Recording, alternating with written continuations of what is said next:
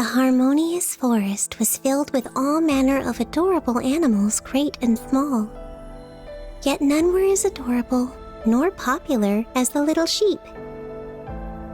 Her highly praised fleece was white and soft as fresh snow, and it seemed all the other animals of the forest wished to befriend her. Yet one day, a terrible wildfire ravaged the forest. The sheep survived, but suffered scary burns. She looked upon her hideous scars and was afraid she would lose everyone's love. These anxieties drove the sheep to apply similar-looking cotton fluff to her wounds. It was painful, but it could recreate the sheep's formerly beautiful fleece. The cotton fleece deceived most of the forest animals with one exception, the wily fox. The sheep sought out the fox and pleaded with him to not reveal her secret. But instead, the fox said to the sheep, "Why do you try so hard to hide your injury? The forest does not love you for your white fleece, but for your kind heart. Let everyone see your injury, and you'll be just as popular as before." The sheep trusted the fox's advice and revealed her hideous scarring. Indeed, far from abandoning the sheep, her many forest friends gathered around to console her with kind words and fresh grass. But it did not last for long. The sheep soon noticed the other animals sought her company less often. Sometimes they even quietly avoided her. Poor child. That scar is so hideous. I want to remain friends, but how can I ignore that hideous wound? Rather than pretending nothing is wrong, it'd be so much easier not to talk to her anymore. Such words came to the sheep's ears increasingly often. If only the sheep had not listened to the fox's advice, then even today she might enjoy her old popularity. This is what I thought after hearing that story.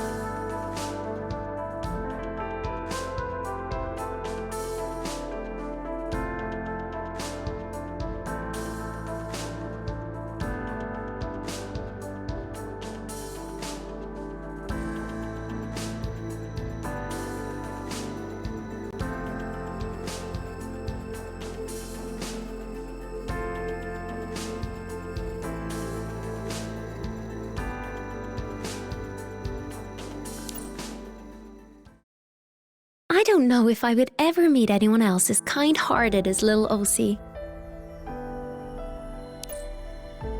Yeah, she's a real darling. Won't bother a fly. By the way, did you get the present she made too? Lil Osie was the only one who noticed I was feeling a bit down last month. And when I got back to my room, I found a little handmade doll and a nice letter she wrote. I heard she even took in a stray cat last week and has been nursing it back to health day and night. If there's a candidate for a real living angel among us, I think Lil Osie must be it. The girl's ears pricked up at the mention of her name. She paused en route, her eyes dipping in nervous excitement soon after. I was just doing what I should for my friends. The girl wanted to join her friends on the battlefield, but she was not ready yet. She still needed more practice and training. Thus, she decided to support her friends in some other way. smile tugged at the corners of the girl's mouth. There was something wonderful about receiving that kind of praise. She took her good mood back to the break room and a fresh resolve to be the kind of person all her friends would love.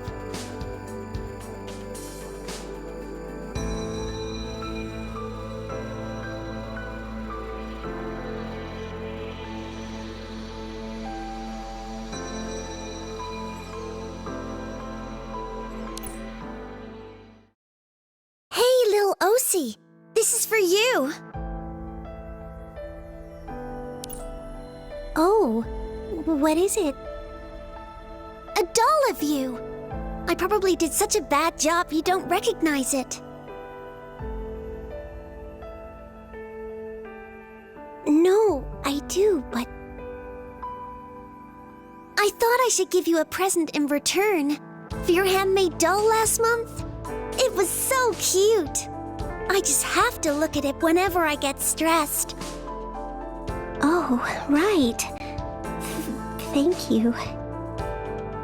The girl returned to her room, gift in hand, to find her cat by the door.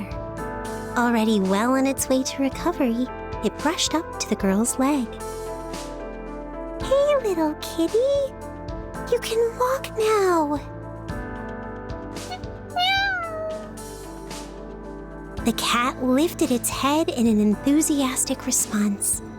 The girl rubbed the cat affectionately and placed it back on its bed. I just can't figure out this dirty furball's appeal. Huh? Or that weird little doll thing. What was it meant to look like? Am I dreaming? Where's that voice coming from? The girl surveyed her room, looked under her bed and on the balcony, but still couldn't find the source of the mysterious voice. If it's not coming from anywhere in this room, then does that mean... Was that... me?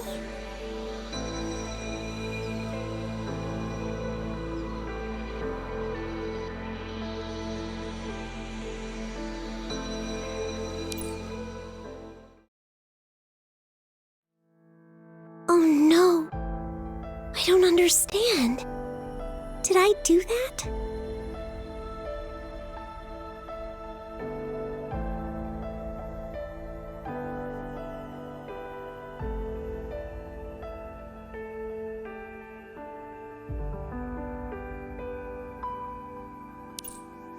The girl stared at the handmade doll on the ground. She clearly remembered placing it by her bedside table yesterday. The doll had been ripped in two, a fitting allegory for the soul of the girl currently looking at it. Kitty?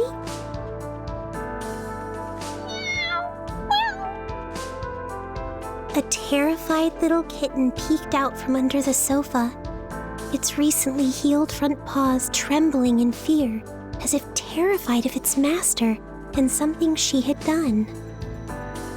The girl thought to herself, "Oh no. Is it possible I did something horrendous here?"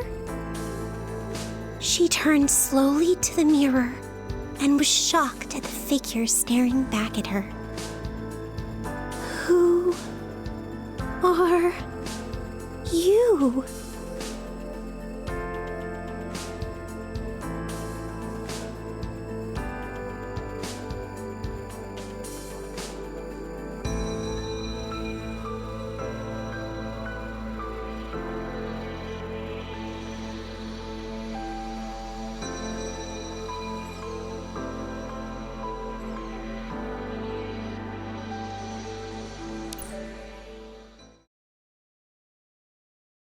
In the training room, the girl wielded her scythe hard.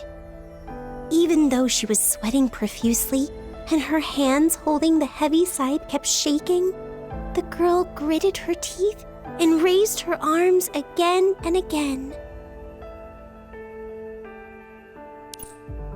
Disassociating herself into two identities? That must be the girl's fault. She's too useless. It's time to stop mucking around and to become stronger. This girl won't let everyone down. Hey, do you feel like little Elsie is pushing herself a bit hard these days? Yeah, she's always had a great work ethic, but you know, it might be because she's got her hands on the new access key and can't wait to use its full potential. Come to think of it, what did you think of little Elsie's behavior at the last test of courage? The very voice the girl most dreaded was the same she found whispering into her ear. Was there something deeply dark and cynical within Osiris? Or had her good girl persona been an act all along? It was her greatest fear and drove the girl into an endless honing of her skills with the new access key so as to hopefully never hear that voice again. Such a little princess! Wouldn't it be easier to just wipe them all out? Little Elsie, what's wrong? She's fainted! Quick! Call the medical department!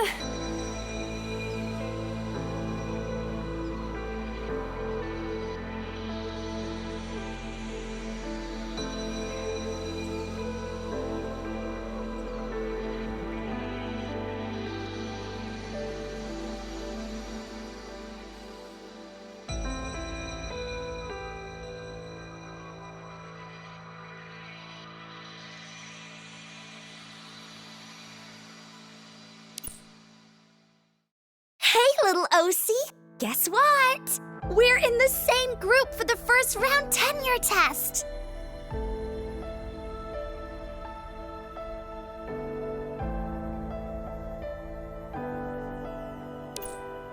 Oh, yeah. I got the message. You don't seem that happy about it, little Osie. Oh, I get it. Are you worried I'll bring the group bad luck? No, not at all. I'm very happy to be in the same group with you, Sis Bear. I'm just afraid I'll be holding you back. What? Your efforts in the training room have become legendary.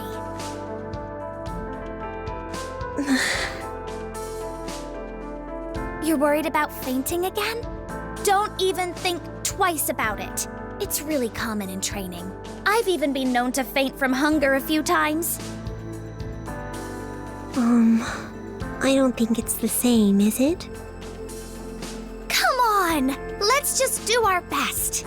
We'll be joining the Special Task Force together this year. Right. I'll do my best. You'll never win with such a weak teammate by your side. Little Osie, what's wrong? I'm fine, Sis Fair. I just need a bit of rest. Osiris ran to the nearest bathroom. She kept staring in the mirror. She saw her face one moment, another the next. Finally, she sagged exhausted against the bathroom wall as she struggled to contain her mounting sense of disgust. I can't. I don't think I can hold her off.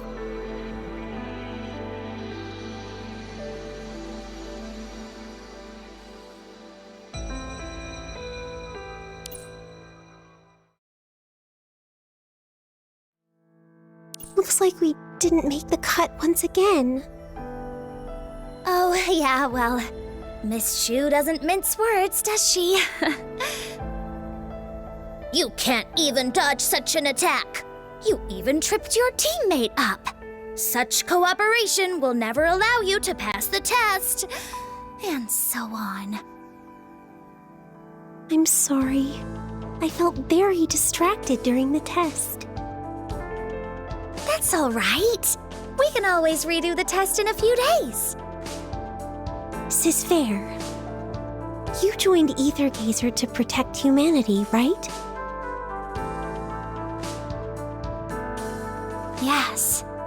But if you want to be specific, the source of all my precious memories, my family, friends, the forest around my hometown, you know, I won't allow anyone to harm them. Wow. That's amazing. Oh, is it? I don't think so. I basically grew up at Aether Gazer. The special task force was a natural step to repay everyone's kindness, but I never thought about it the way you do.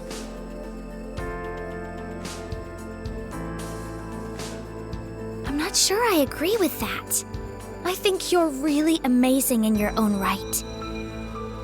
Isn't that why you're working so hard? I thought that was your biggest motivator, to try to give something back. All right, we'd better feed our hungry bellies first. Come on, we're gonna pass the test tomorrow, okay?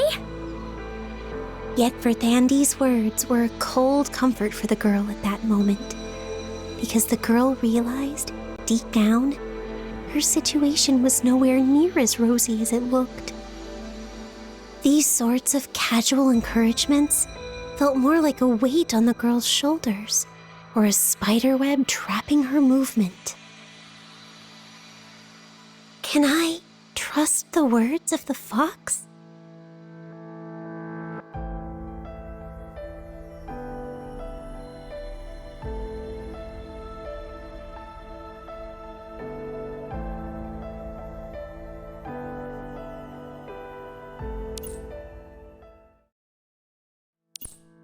The transparent fluid traveled through the cannula into the girl's veins. She regained consciousness without any idea of how or when she'd been transported there. The girl noticed blurry shadows moving and talking from outside the window. Their conversation appeared somewhat heavy-laden. Are you sure it's another personality entirely? Yes. In terms of body language, speech patterns, everything. There's no match between our Osiris and the person who destroyed the training room. How could I not have seen this coming? The girl listened to the conversation as her hands unconsciously squeezed the bedsheet. They already knew?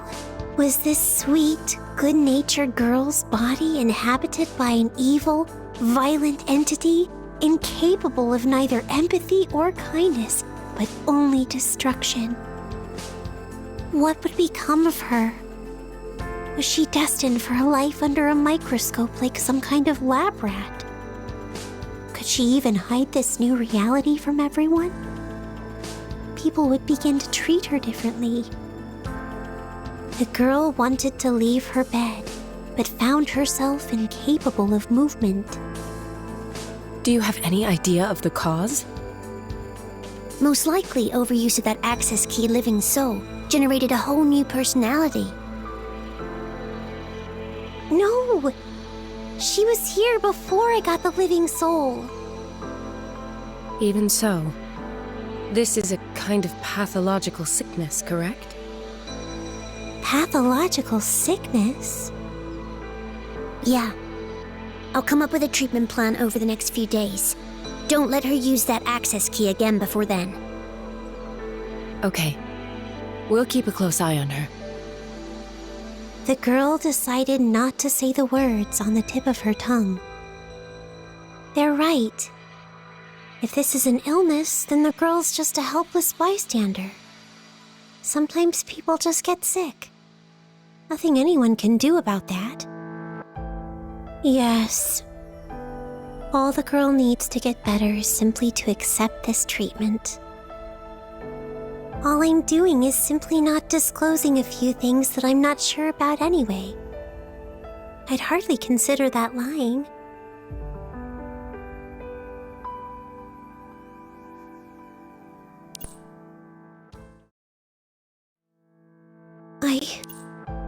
I didn't tell them the truth. I can't believe what's happened to our lovely Lilosi. What a terrible, strange illness. Imagine having to share control over your own body with another entity. Terrifying. But that's all right. Lil Osi will be fine again after the operation. Yet Osiris found cold comfort in these encouraging words, which also reminded her of the truth she had been concealing. The girl lay on the operating table. A few extremely bright lights banished every shadow from the room like dazzling moons. She heard the sound of the surgical tweezers being removed from the box as the echocardiogram kept beeping in rhythmic fashion.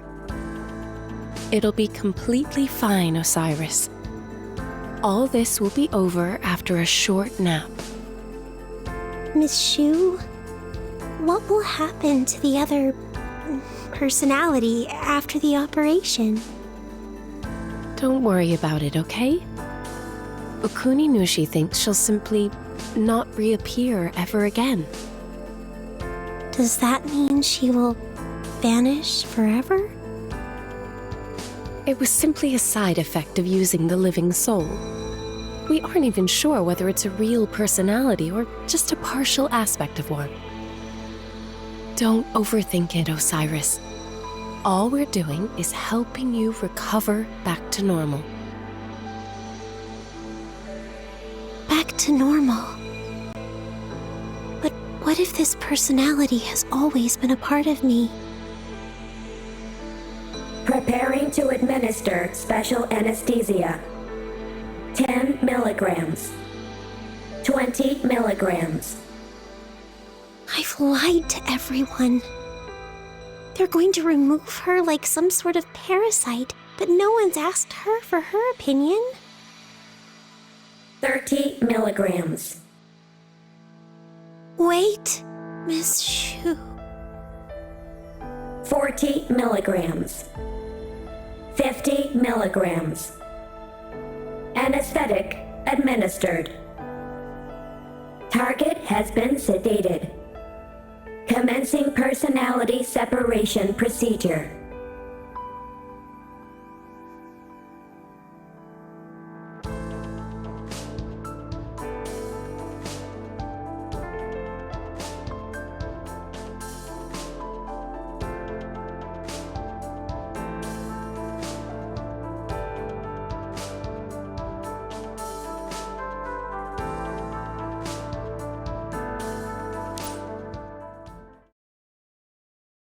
Why did they call off the operation all of a sudden?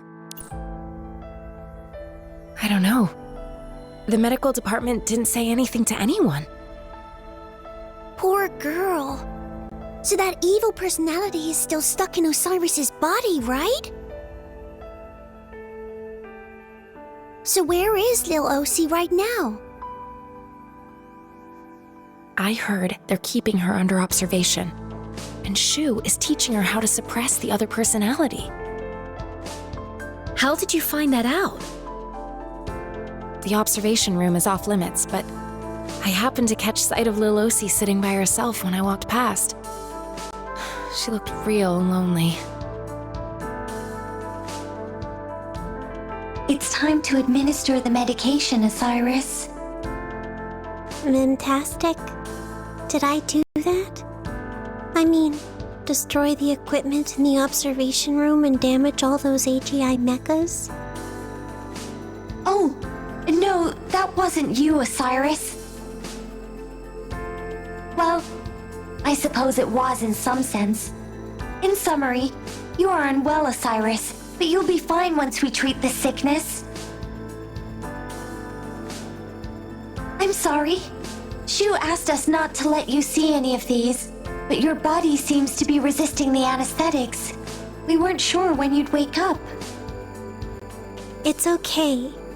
I can sense what happens to my body, and there's no concealing bruises or injections. So the sheep chose to ignore the fox's words and lie to keep her secret. But the outcome was never in doubt. The sheep could not be popular forever.